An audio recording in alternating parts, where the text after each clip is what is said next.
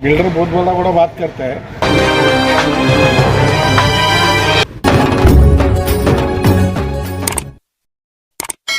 नमस्कार, मैं निसार अंसारी वोसो महाराष्ट्र न्यूज के साथ में। और आज हम कोलीवाड़ा के अंदर मौजूद है और हम यहाँ पर देख सकते हैं कि यहाँ पर एक गुरुद्वारा है और ये सोसाइटी का जो जिस तरीके से कंस्ट्रक्शन का काम चल रहा है, कंस्ट्रक्शन पूरे मुंबई शहर के अंदर चल रहा है। ये झोपड़पट्टी के लोग जो थे आज बिल्डिंग में जाने के लिए तैयार है, लेकिन बिल्डिंग में जाने से पहले जो जरूरत होती है, ड्रेनेज की जरूरत होती है, गटर लाइन की जरूरत होती है, वो काम भी यहाँ पर बड़े जोरों से चल रहा है। लेकिन कुछ समस्याएं जो है इस काम को लेकर के उत्पन्न की जा रही है।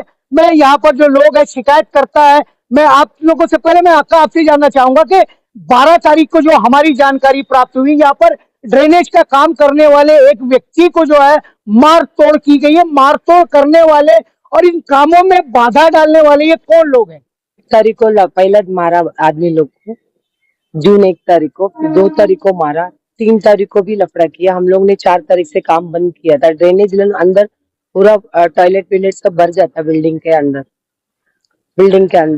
फिर 8 तारीख को बिल्डर आके मीटिंग लेके 9 तारीख को वापस से काम चालू किया था।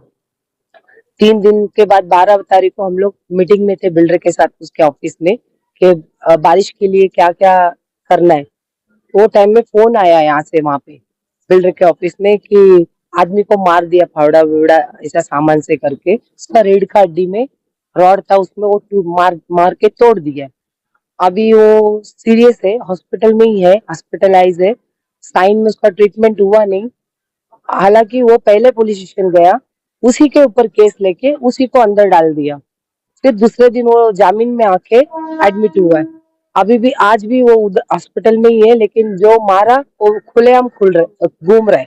चलिए, जो मारा वो खुलेआम घूम रहा है, लेकिन जिसको मार लगी है वो कहीं ना कहीं हॉस्पिटल के अंदर मौजूद है। किस तरीके का प्रशासन है यहाँ पर और भी शिकायत करता है। मी तुम्हाला विचारायचं ताई की ज्या प्रकारे ताईंनी सांगितलं की इथे मारहाण झालेली आहे आणि व्यक्ती मार खाऊन हॉस्पिटल मध्ये आहे आणि मारणारा एकदम छुट्ट व्यवहाराने बाहेर फिरतोय, काय म्हणणार याच्यावर? तो करना चाहिए, गलत काम होता है उधर सपोर्ट तो चाहिए करना। काय म्हणणार? कोणी जर चांगलं काम करते गटारीचं तर असं थांबवायला नको ना। आणि जे काम करतं त्यांना मारलं आणि जो मारणार आहे त्याला पकडलं पाहिजे आणि दुसऱ्यांदा असं घडलं नाही पाहिजे। 3 नंबरची ते पूर्ण गटार पूर्ण फुल झालेली असते, आम्ही चालू पण शकत नाही। महिना 2 महिना झालं पूर्ण ओव्हरफ्लो होतं आणि मोठी गटार बनवतो आणि त्याला अशा आडफटा केलं तर आम्ही काय करायचं? बिल्डिंग मध्ये राहून आम्ही एकदम नरकातनं चाललो असं वाटतं आम्हाला। असे आरफटक करणारे लोकांना काय केलं पाहिजे? तुम्ही काय करणार? आम्ही सगळे मिळून त्यांना हे करू ना, पनिशमेंट द्यायला पाहिजे, असं व्हायला नको। पण तसं काय झालेलं नाहीये। जो व्यक्ती मार खाऊन हॉस्पिटल मध्ये गेला आणि ज्यांनी मारला पाहिजे, तो फिरतोय, मग व्हायला पाहिजे ना त्याचं, व्हायला पाहिजे। मग काय? मग प्रशासनाकडे शासनाकडे काय दाद मागणार तुम्ही? आम्हाला न्याय द्या। न्याय द्या। ह्याची मोठी विशेष गोष्ट आहे की मार खाणारा व्यक्ती हॉस्पिटल मध्ये जातो आणि मारणारा व्यक्ती बेछूटपणे इथे फिरतोय। अजून मावशी काय म्हणणार, ज्या प्रकारे घटना घडलेली है, व्यक्ति हॉस्पिटल में डालेला है? ऐसा होना नहीं चाहिए। देखो जो काम हो रहा है ना अच्छे के लिए हो रहा है, सबके लिए हो रहा है, पर ये काम उन्होंने जो किया है गलत किया है। अगर ऐसी लड़ाई थी तो तुम बिल्डर को बोलते, जो सोसाइटी का मेंबर है उसको बोलते, पर मिस्त्री के ऊपर हाथ उठाना बहुत गुनाह है। वो तो बेचारा गरीब है, वो क्या करेगा? वो तो मार खा के आज उसको ना वो भी नहीं मिल रहा, इंसाफ भी नहीं दे रहे, क्योंकि वो गरीब है, वो किधर जाएगा? और जो पैसे वाला है, जो अच्छा है, उसको दबा के वो तो इधर उधर घूम रहा है, पर दूसरे लोग को जो गरीब है वो तो बेचारा बेमौत मारा गया है, वो तो अस्पताल में मर रहा है, कोई देखने भी नहीं जा रहा है, कोई उसका सपोर्ट भी नहीं कर रहा है। ये गलत है। पुलिस में जाओ, पुलिस के हवाले करते हैं, गवर्नमेंट को, बीएमसी को बोलते। बहुत कायदा कानून हाथ में लेके ऐसे हाथ चलाना मारना जरूरी नहीं है, गलत है। उनको जो इसने भी मारा है उनको ना पनिशमेंट देना चाहिए, और जो गरीब है जिसको मारा है उसको इंसाफ मिलना चाहिए। जिसने मारा उसको जो है पनिशमेंट होना चाहिए और मार खाने वाले को न्याय मिलना चाहिए। न्याय मिलना या न्याय देना ये प्रशासन का और शासन का ही काम होता है। उसी तरीके से कंप्लेनेंट पीड़ित है। माँ जी, मैं आपसे जानना चाह रहा हूँ कि जिस तरीके की घटना घटी और वर्करों को मारा जा रहा है, यहाँ पर जो ड्रेनेज का गटर का काम कर रहे हैं, आपकी सुविधा के लिए 4 दिन से लोग काम पर नहीं आ रहे, क्या करना चाहिए? क्या करना चाहिए? वो सब न्याय करना चाहिए ना। उसको क्यों मारा? उसको एक ही दिन में फटाफट काम होता था, काम को बंद करने के लिए कंप्लेंट दिया, फिर कैसे बनाएगा वो लोग? ऐसे बना काम करने वाले मारने का अच्छा है? नहीं मारने का ना। जिस तरीके से महिलाएं कंप्लेंट कर रही है, पुरुष वर्ग भी यहाँ पर है जो कह रहे हैं कि मारतोड़ जो हुई है, ये आखिर मारने वाला व्यक्ति है कौन? ये क्या नाम है उसका? उसका नाम है शाखा प्रमुख है इधर का, शिवसेना का, कौन सी शिवसेना का? उद्धव ठाकरे। उद्धव ठाकरे शिवसेना का शाखा प्रमुख है। क्या नाम है उनका? गजानन पाटिल। गजानन पाटिल। हाँ। तो गजानन पाटिल को क्या जरूरत है इधर आके लोगों को मारने की या उसको काम रुकवाने की? वो उसको ही मालूम रहेगा क्या है लेवल, पता नहीं हम लोग। अच्छा, मैं एक स्टेटमेंट जो है इस बिल्डर का पढ़ रहा था, वो किसी ने मुझे भेजा था। बिल्डर का ये कहना था कि इलेक्शन के दौर में जो है वो कुछ चंदा मांगने के लिए आया था, वो चंदा बिल्डर ने नहीं दिया, उसके कारण ऐसा हो रहा है। इसमें क्या? ये मैटर हम लोग को 12 तारीख को ही पता चला। उसका पहले हम भी सोच रहे हैं क्यों बीच में आके हम लोग को ऐसा प्रॉब्लम दे रहे, लेकिन 12 तारीख को स्टेटमेंट बिल्डर ने दिया पुलिस स्टेशन में, तभी हमको बिल्डर को धमकी दे के आया हो कि मैं तुम्हें देख लूंगा ऐसा करके। ये हमें नहीं पता था, हमको 12 तारीख को स्टेटमेंट पढ़ा तभी पता चला। पापा नायर के ऊपर कुछ पुलिस स्टेशन की तरफ से कार्रवाई वो हुई? हम लोग बिल्डर के ऑफिस में, ये बारिश का काम करने के, बारिश का काम है, इसमें सब प्लास्टिक डालना है सब, उसके लिए हम लोग बिल्डर के ऑफिस में बैठे थे। मैं बैठा था, मेरा बहन मेरा भाई, हम लोग तीनों बैठे थे वही डिस्कस करके। तो यहाँ से फोन आया मनोहर का कि ऐसा ऐसा आदमी को आके गजानन पाटिल ने मारा, उसका हड्डी टूट गया है। तो उसको बिल्डर बोला तुम पुलिस स्टेशन जाओ। तो हम लोग वहां से डायरेक्ट पुलिस स्टेशन गए, तो हमारे ऊपर भी केस डाल दिया है। तो हम तो अच्छा काम कर रहे हैं, दोनों बिल्डिंग का ड्रेनेज लाइन नहीं है, जूना लाइन दब गया है, टूट गया है, तो हम लोग नया लाइन डाल के दिया। वो लाइन नहीं डालने का, ड्रेनेज लाइन ऐसे ही रहने का, ऐसे करके उन लोग बंद करवा दिया काम। ये जो ड्रेनेज लाइन का काम आप करवा रहे हो, ये किसकी अथॉरिटी से, क्या बिल्डर की अथॉरिटी से करवा रहे हो या सोसाइटी की अथॉरिटी से? नहीं नहीं, वो सब बिल्डर का काम है, बिल्डर का अथॉरिटी से हम लोग करवा। हमारे मम्मी इधर का सचिव है। अच्छा। हाँ, इंदिरा नगर का सचिव है वो, इसके लिए हम लोग काम करवा के लेते हैं। अच्छा। हाँ, चलिए, जिस तरीके से कहीं ना कहीं जनता और यहाँ के जो वर्कर्स है वो भयभीत है, पीड़ित है, और उनका जो कहना है कि 4 दिन हो गया, 12 तारीख को मसला हुआ था, उस दिन से कोई भी लेबर काम करने के लिए नहीं आ रही है।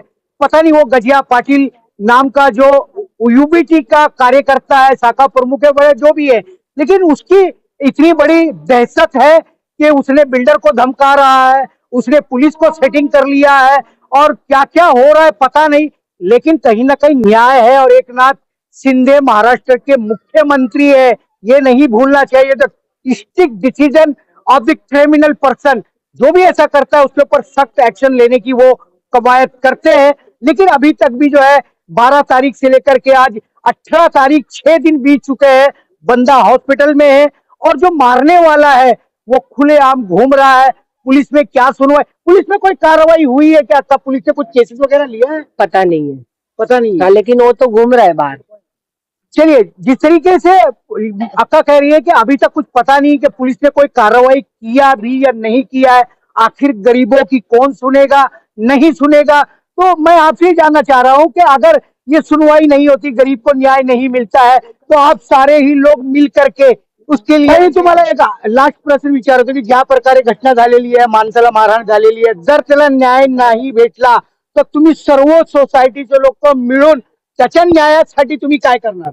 सोसायटीचे नाही, पूर्ण इंद्रानगर त्याच्या न्यायासाठी आम्ही लढणार, कारण गरीबाला न्याय पाहिजे। बिचारा तो बिल्डरचा माणूस काम करत होता, ते गलत झालंय ना, हे आता आम्हाला कळलं। आम्हाला तर सुरुवातीला हे माहित नव्हतं की बिचारा आईसीयू मध्ये आहे म्हणून। इस तरीके से ड्रेनेज का काम कर रहे हैं, एक साथ में काम करने वाला व्यक्ति है। मैं आपसे जानना चाह रहा हूँ कि ये लोग तो कहीं बाहर मीटिंग में थे, जो भी था, आप साथ में काम कर रहे थे, तो असल में वहाँ क्या हुआ था, किस तरीके से झगड़ा हो रहा था?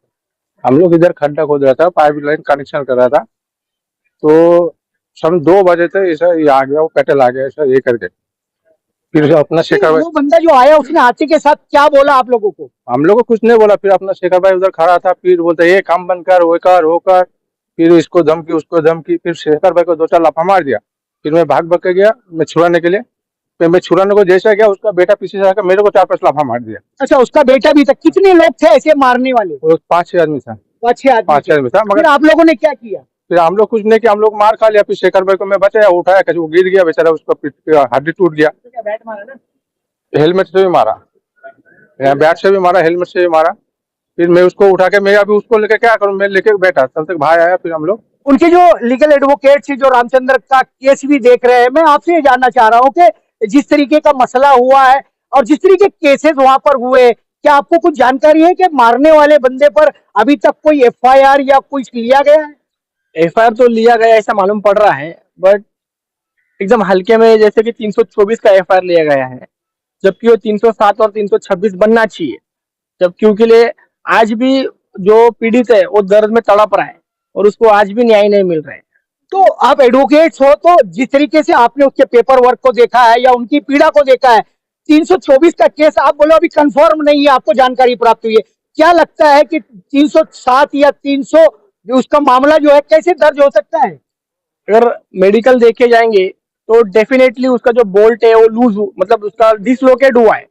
अगर 326 की अगर परिभाषा अपन पढ़ते हैं, voluntary causing grievous hurt with heinous weapon, हालांकि इन्होंने बोला है कि उसे बैट से मारा गया है। अगर बैट से अगर कोई किसी को मारता है तो उसकी डेथ भी हो सकती है उसके दौरान। तो उसका तो गुड लक था कि उसके पीठ पे लग गया, और वही पीठ पे ना लगते, उस सर पे लगे तो आज वो मर जाता। आज सारे जो लोग हैं, पूरे मोहल्ले के लोग हैं, रामचंद्र की सपोर्ट में जो मार खाया उसकी सपोर्ट में खड़े हुए हैं, इधर लीगल एडवोकेट्स, आप ऐसे हालात में जो है उसको परिपूर्ण न्याय मिले, आप उसके लिए क्या कोशिश करोगे? हम लोग की कोशिश जारी है। हम लोग ने कई जगह पे एप्लीकेशन वगैरह दिए हैं। अगर कुछ नहीं हुआ तो सीधा कल हम लोग हाई कोर्ट में पिटीशन फाइल कर देंगे। चलिए, जिस तरीके से एडवोकेट जी ने कहा कि अगर सारे लोग साथ आने के बाद भी गरीब को, पीड़ित को न्याय नहीं मिला तो मजबूरन न्याय दिलाने के लिए हमको हाई कोर्ट मूव होना पड़ेगा और पिटीशन दाखिल करनी पड़ेगी। क्या आने वाले दिनों में जिस तरीके से लोगों की पीड़ा, एक व्यक्ति गरीब के लिए जिस तरीके से सिंपैथी पूरे सोसाइटी की जो है वो आकर के जमा हो गई है, अब मामला दूसरा हो रहा है। जो भी नेता हो वो कोई भी रहने दो, लेकिन गरीब पे अत्याचार करना ये ठीक नहीं है। और उसके साथ में अब हाईकोर्ट जाते हैं या किस तरीके से उसको न्याय दिलाते हैं, आने वाले दिनों में इसकी भी हम रिपोर्ट आने वाले दिनों में अगले एपिसोड में हम बताएंगे कि क्या वाकई में लोगों के साथ आने के बाद उसको न्याय मिला या नहीं मिला, या आगे क्या हुआ, उसकी भी जानकारी वॉइस ऑफ महाराष्ट्र के जरिए हम देते रहेंगे। आप सारे ही लोगों ने पीड़ित व्यक्ति को लेकर के वॉइस ऑफ महाराष्ट्र से चर्चा की, उसके लिए थैंक्स और धन्यवाद।